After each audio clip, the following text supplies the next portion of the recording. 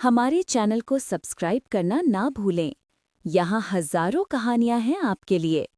Office में आज paper work चला। दोनों को एक दूसरे के सामने आने की जरूरत नहीं थी और वे नहीं भी आए। वेदांत को अंबर की बात कि उसे वेदांत सहगल से सिर्फ जिस्म से प्यार है, दिल से नहीं, बहुत गुस्सा दिला गई थी। शाम को छुट्टी के बाद दोनों अलग अलग घर के लिए निकल गए। जैसे ही वे घर पहुंचे, दोनों के परिवार हाल में एक साथ बैठे हुए थे। वेदांत उन सभी से मिलते हुए ऊपर जाने लगा। अंबर, जो वेदांत के पीछे आ रही थी, अपने माता पिता को देखकर खुश हो गई। आपने तो सरप्राइज दे दिया। अचानक आपके आने का प्रोग्राम कैसे बन गया? अभी तो और सरप्राइज है। वेदांत, तुम भी वापस आओ। सीढ़ियां चढ़ते हुए वेदांत को उसके दादा ने रोका। क्या है डैड? प्लीज, मैं बहुत थका हुआ हूँ। वो फिर ऊपर जाने लगा। तुम्हारे लिए ऐसी खुशखबरी है कि तुम्हारी सारी थकावट दूर हो जाएगी, दादी खुश होकर कहने लगी। सचमुच? वापस सीढ़ियों से वापस आ गया?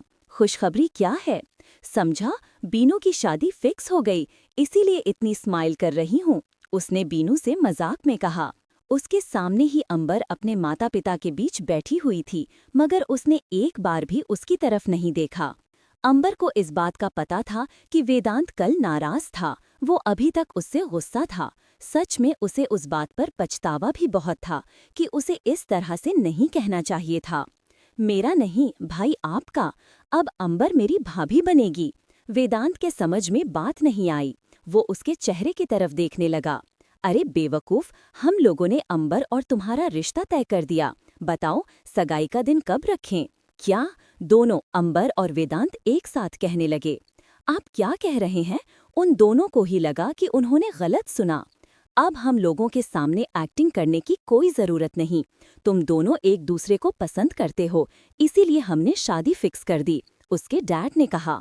आपको किसने कहा? दोनों एक साथ फिर कहने लगे। अब कहना क्या है? कब से तो तुम इस लड़की के पीछे घूम रहे थे। दादी को अब गुस्सा आने लगा। मुझे नहीं पता आप लोगों को क्या गलतफहमी हुई है। मुझे इस लड़की में कोई इंटरेस्ट नहीं है और ना ही मेरी टाइप की है। सबसे बड़ी बात, मुझे अभी शादी नहीं करनी। इसीलिए आप जो सपने देख रहे हैं ना मेरी शादी के, इन्हें यहीं बस स्टॉप करो। वेदांत गुस्से में वहां से उठकर ऊपर जाने लगा। आप सब लोगों के दिमाग तो ठीक है ना? अंबर ने कहा। और मॉम डैड, आपने मुझसे पूछा मैं उससे शादी क्यों करूंगी? कभी नहीं। अंबर भी वहां से उठकर अपने कमरे की तरफ जाने लगी। ये लड़की भी कितनी बड़ी मौटंकीबाज है। अब एक दो बार बीनू ने मुझसे शादी का कह दिया, ये तो सच में सपने देखने लगी मिसेस वेदांत सहगल बनने के। इसे तो सब पता होगा, एक्टिंग कर रही है। इसने तो दादी को भी पटा लिया, वरना दादी कहाँ मानती थी। बस मेरे सामने ही एक्टिंग कर रही है, जैसे इसकी मर्जी नहीं है। सब समझता हूँ मैं। वेदांत सोचते हुए अपने कमरे में चला गया। वेदांत के अंदर जाते ही उसकी माँ उसके पीछे आई। बेटा, सच सच बता, क्या है मन में? सच कहती हूँ, ऐसा कुछ भी नहीं है और पता नहीं आप लोगों को ऐसा क्यों लगा। अनीता उसे बताती है कि कैसे दादी माँ ने कहा कि तुम दोनों एक दूसरे को पसंद करते हो। मुझे नहीं पता था कि दादी को क्यों लगा, मगर सच में ऐसा कुछ भी नहीं।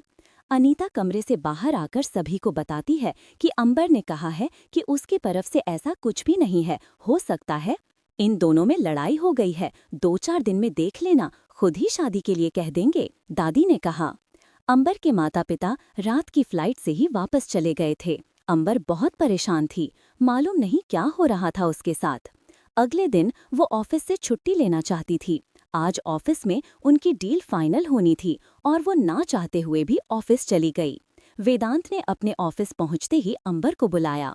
सर, जो शाम को हमें डील साइन करनी है उसकी फाइल के पेपर वैसे रेडी हैं, आप चेक कर लीजिए, अंबर ने फाइल टेबल पर रखते हुए कहा। क्या मैं जान सकती हूँ मिस सक्सेना, जो घर में कल हुआ वो क्या था? आप अपनी दादी से पूछिए कि वो क्या था। वही तो मैं पूछ रहा हूँ। तुम मेरी दादी को कभी पसंद नहीं थी, फिर भी वो तुम्हारी शादी मुझसे करना चाहती है। क्या कहा तुमने उनसे? मेरे सामने तो तुम कैसे रिएक्ट कर रही थी? असल में तुम्हारा सपना शादी करके मेरे घर आने का है, मिसेस वेदांत सहगल बनकर। आप अपनी हद में रहो, मेरा ऐसा कोई सपना नहीं। आपके मॉम डैड ने मेरे मॉम डैड को फोन करके बुलाया था, समझे आप? सब समझता हूँ मैं। तुम जैसी लड़कियों को तुम तो मेरे घर में बसने के ख्वाब देखने लगी। मैं नौकरी छोड़कर जा रही हूँ, अभी आपको इस्तीफा मेल करती हूँ, अंबर ने गुस्से से कहा। बेहक चली जाना, मगर शाम को हमारी मीटिंग है दूसरी पार्टी से, उसके बाद बेझिझक चली जाना। ठीक है, आज की मीटिंग के बाद मैं जहाँ से चाहूँगी चली जाऊँगी, मैं अपना काम कभी बीच में नहीं छोड़ती। वो लोग शाम को ऑफिस से ही सीधा जिन लोगों से वेदांत कोई माल खरीद रहा था, उन लोगों के साथ डील करने पहुंच गए थे। क्या अंबर सचमुच चली जाएगी? कहीं आने वाली शाम उनकी जिंदगी में कोई बड़ा तूफान लेकर तो नहीं आने वाली? हमारे चैनल को सब्सक्राइब करना ना भूलें। यहाँ हजारों कहानियां हैं आपके लिए। ठीक है, आज की मीटिंग के बाद मैं जहाँ से चली जाऊंगी, मैं अपना काम कभी बीच में नहीं छोड़ती। वो लोग शाम को ऑफिस से ही उन लोगों के साथ डील करने पहुंचे थे। डील लगभग फाइनल थी, तो 10 मिनट में ही पेपर साइन हो गए थे। ठीक है, अब हम चलते हैं, वेदांत ने कहा, क्योंकि वेदांत का मूड बेहद खराब था, ऊपर से अंबर का भी। वो दोनों ही वहां से बाहर निकलने लगे। वेदांत आगे चला गया, अंबर वेदांत के पीछे आ रही थी। हेलो अंबर, किसी ने अंबर से कहा। हेलो मिस्टर खन्ना, अंबर ने उसे देखकर कहा। आप यहाँ अकेले? आप अक्सर मिस्टर वेदांत के साथ होती हैं। नहीं, वो चले गए हैं, मैं भी जा ही रही थी, तो प्लीज बैठिए ना। देखिए, मना मत कीजिए, वैसे भी वेदांत मेरा दोस्त है। अंबर के मन में न जाने क्या आया, वो उसके पास जाकर बैठ गई। वो वेदांत के साथ नहीं जाना चाहती थी। गाड़ी के पास पहुंचकर वेदांत ने देखा, अंबर उसके पीछे नहीं आई थी। ये कहाँ रह गई? उसने अपने आप से कहा। वो उसे देखने के लिए वापस होटल के अंदर गया। उसने देखा कि वो रवि खन्ना के साथ बैठी हुई है। उसकी नज़र में रवि खन्ना कोई अच्छा आदमी नहीं था। उस पर रेप का केस भी चल रहा था। उसे अंबर को वहां छोड़ना सेफ नहीं लगा। वो उन दोनों के पास चला गया। यहाँ क्या कर रही हो? मैं तुम्हारा पार्किंग एरिया में वेट कर रही थी। आज शाम तक मेरी नौकरी थी, अब मेरा काम खत्म। मैं नहीं आ रही हूँ आपके साथ। मैं तुम्हें ऑफिस से लेकर आया था, तो मैं ऑफिस छोड़ दूं, और तुम्हें वहां से अपना सामान भी उठाना है, इसलिए चुपचाप चलो मेरे साथ। वेदांत ने उससे कहा। कोई बात नहीं, मैं मिस सक्सेना को ऑफिस छोड़ दूंगा, रवि खन्ना ने बीच में बोलते हुए कहा। तभी वेटर उनके पास आया। उसकी ट्रे में 2 ग्लास थे। उसने जूस का ग्लास अंबर के आगे और ड्रिंक का ग्लास रवि खन्ना के आगे रख दिया। जब जूस का ग्लास खत्म होगा, मैं तब जाऊंगी, आप चाहे तो चले जाओ, अंबर ने उसे कहा। वेदांत ने वेटर को इशारा किया और उसे एक खाली ग्लास मंगवा लिया। वेदांत ने आधा जूस अपने ग्लास में डाल लिया। मैं तुम्हारी हेल्प करता हूँ इसे खत्म करने में। आधा ग्लास वेदांत ने पी गया। अंबर को लगा अब वो उसे साथ लेकर ही जाएगा। उसने भी एक ही घूंट में वो खत्म कर दिया। तभी रवि खन्ना का फोन बजने लगा। आप लोग तो जा रहे हो, तो मुझे भी काम है, मैं भी जाता हूँ। वो वहाँ से चला गया। जैसे ही रवि खन्ना हॉल से निकला, वेदांत भी अंबर को छोड़कर जाने लगा। अब आप कहाँ जा रहे हो? मैं आ रही हूँ आपके साथ। अब आओ ना आओ, कोई फर्क नहीं पड़ता। वो आदमी अच्छा आदमी नहीं था, इसीलिए मैं रुका था। तो तुम मुझे अपने इशारों पर नाचना चाहते हो? अंबर अपना गुस्सा निकालना चाहती थी। इसमें इशारों वाली कौन सी बात है? बात करते करते अंबर का सिर घूमने लगा। उसने वेदांत का हाथ पकड़ लिया। सब कुछ घूम रहा है, मुझे कुछ दिखाई नहीं दे रहा। वेदांत ने उसे चेयर पर बैठाया। उसे खुद भी आसपास घूमता हुआ दिखाई देने लगा। वो उसके साथ बैठ गया। दिखाई तो मुझे भी नहीं दे रहा। वेदांत अक्सर उस होटल में आता था, तो वहाँ का मैनेजर जो काउंटर से देख रहा था उनके पास आया। क्या हुआ सर? सुनो, हमें एक रूम चाहिए। ठीक है सर, मिल जाएगा, हमें रूम में छोड़ कर आओ। क्योंकि ना तो वेदांत उठ रहा था और ना ही अंबर। मैनेजर उन दोनों को ही वहाँ कमरे में ले गया। कुछ चाहिए हो तो फोन करो, आप इंटरकॉम पर ऑर्डर कर दीजिए, कहते हुए वो वहाँ से बाहर आ गया। अंबर को अपना सर बहुत भारी लग रहा था। ऐसा लग रहा था जैसे कोई उसके सिर पर हथौड़े मार रहा है। उसने मुश्किल से आंखें खोलने की कोशिश की। उसने जैसे ही आंखें खोली और आसपास देखा, मैं कहाँ हूँ? ये मेरा कमरा तो नहीं है। उसने देखा साइड पर कोई और सोया हुआ था। उसकी शर्टलेस पीठ उसकी तरफ थी। वो एकदम से उठ गई।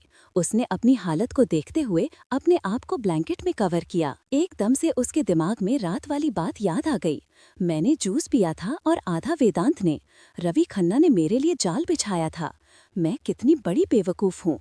मैं और वेदांत पूरी रात साथ थे। उसे अपने आप पर पछतावा था। मुझे इसके उठने से पहले यहाँ से चले जाना चाहिए।